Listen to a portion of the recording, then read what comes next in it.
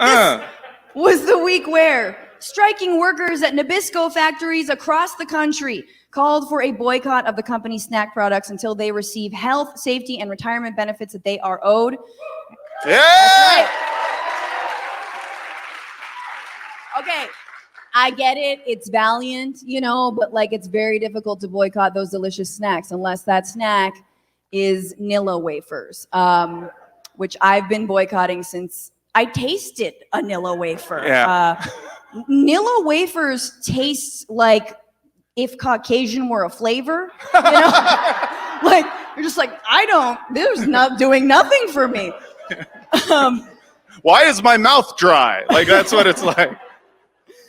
This, of course, is on the back of the Frito-Lay strike, which means that the only safe snack food to eat is the rich. And remember that. Yeah. Only.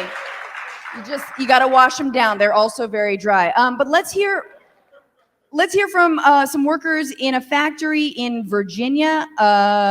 Richmond, Virginia, about what it's like to work in Nabisco. We had a woman that fall off of her chair recently and broke her ankle. We didn't have a nurse here. The supervisor wouldn't take her off the line. We're treated like animals.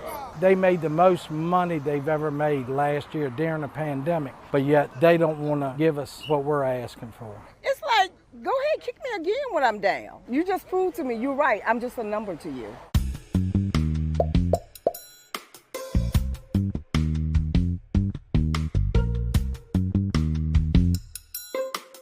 They have introduced what they call AWS, Alternative Work Schedule. So what they've done is actually changed the work shift from 8 hours to 12 hours. Now, after 8 hours, we get paid overtime for anything over 8. Now we're working 12 hours, and they're paying us a straight time. The minimum lifting is 50 pounds here. We don't even have water fountains throughout the facility.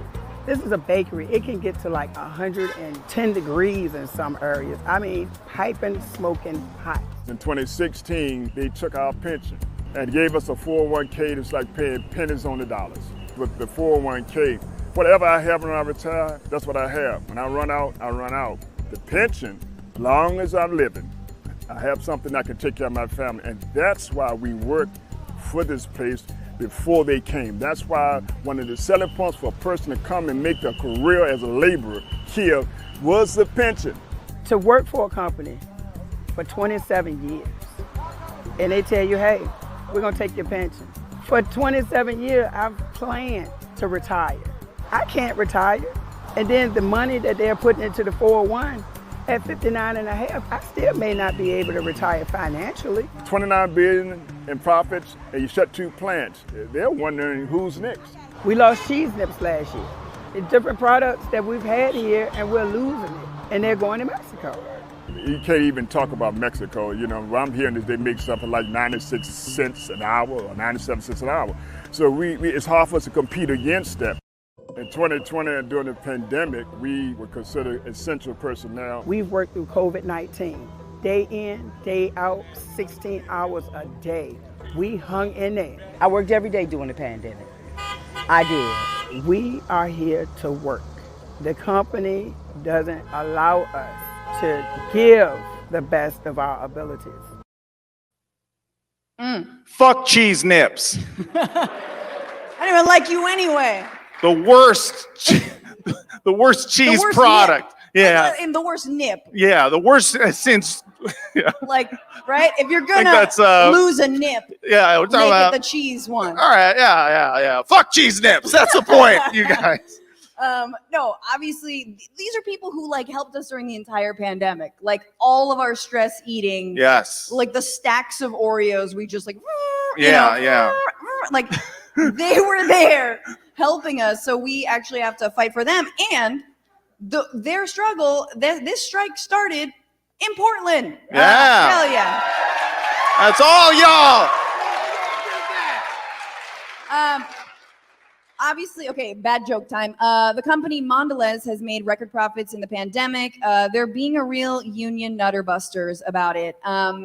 There's going to be a few of them, so just strap in, folks.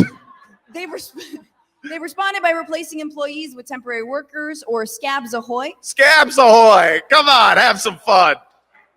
now they're not making Ritz crackers, they're making Rats crackers, you know, and but okay, so the strike began here in Northeast Portland on August 10th, and since then, the bakeries have been escalating their tactics. So this is my favorite. This is from the Willamette Weekly. Perhaps most notably, Nabisco bakers have halted rail delivery of ingredients to the Portland bakery. Nice. Strikers say the supplies carried via rail include flour, sugar, and oil. Willamette Weekly couldn't independently confirm that, but there's some specifics that make it feel like it's very real. On August 23rd, baker Linda Lasher and a coworker named Julie stood on the railroad tracks that run under MLK Jr. Boulevard overpass to stop a Pacific Union supply train headed for the Nabisco facility. The train engineer, a union member, reversed course. Yeah. Yeah. Hell yeah. A Union Pacific spokesperson tells Willamette Weekly that it's not currently serving the facility because of the strike, which is amazing. Hell yeah. I love that they stopped a train. What was that? Willamette, thank you. Wait, how do you pronounce Willamette. it? Willamette. How did she pronounce it? Willamette. Willamette. Who gives a shit? I don't know the names of places. Fuck it. That'd be weird if I just turned the... The tomatoes come out. Willamette is the best. Willam. Wait, did I do it wrong again? No, All Willamette. right. Yeah. This is like when I went to Vienna. Yeah. And I kept on seeing like Wien everywhere. And I was like, what's Wien mean? And they were like, it's Vienna in Austria. And Yeah. like, oh, tight. I'm an idiot. Yes. This is exactly like Vienna. I go place. Reminds me of when I was in Vienna. Yes. And I was also a dumb American. Thank you. The Willamette week continued. Yeah. Okay, so this is great. This is a worker named Eddie Mayagosha, I think his last name is. On a Saturday afternoon, the station is manned by Eddie Mayagosha and another man. Mayagosha's shift is usually from 3 to 11 a.m. He met his wife while running the ovens that bake Oreos and chicken in a biscuit, which I've never heard of. I don't know chicken and a biscuit, but it's... Is it?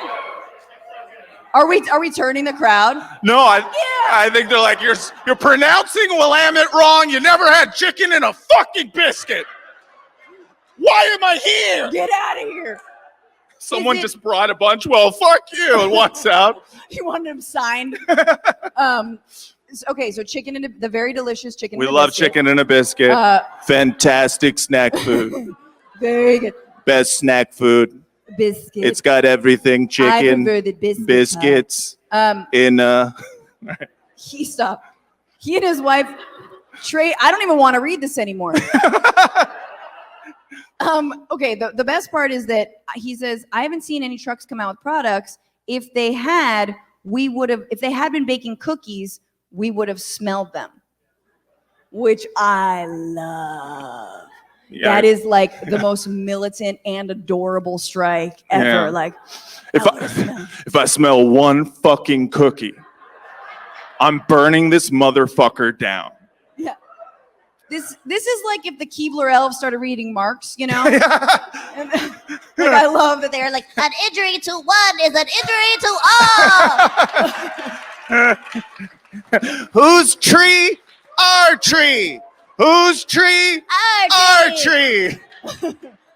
Fudge stripes are racist. I never wanted to say anything, but they are. Like, I love it. So shout out to the Nabisco workers and all the organizers. Yes. What's going on, Frantifa? If you haven't already, subscribe to this channel right now. Hit that button. And also, you can become a patron and support the show every single week. Get access to bonus episodes and exclusive merchandise. Patreon.com/Bitchuation Room. Do it.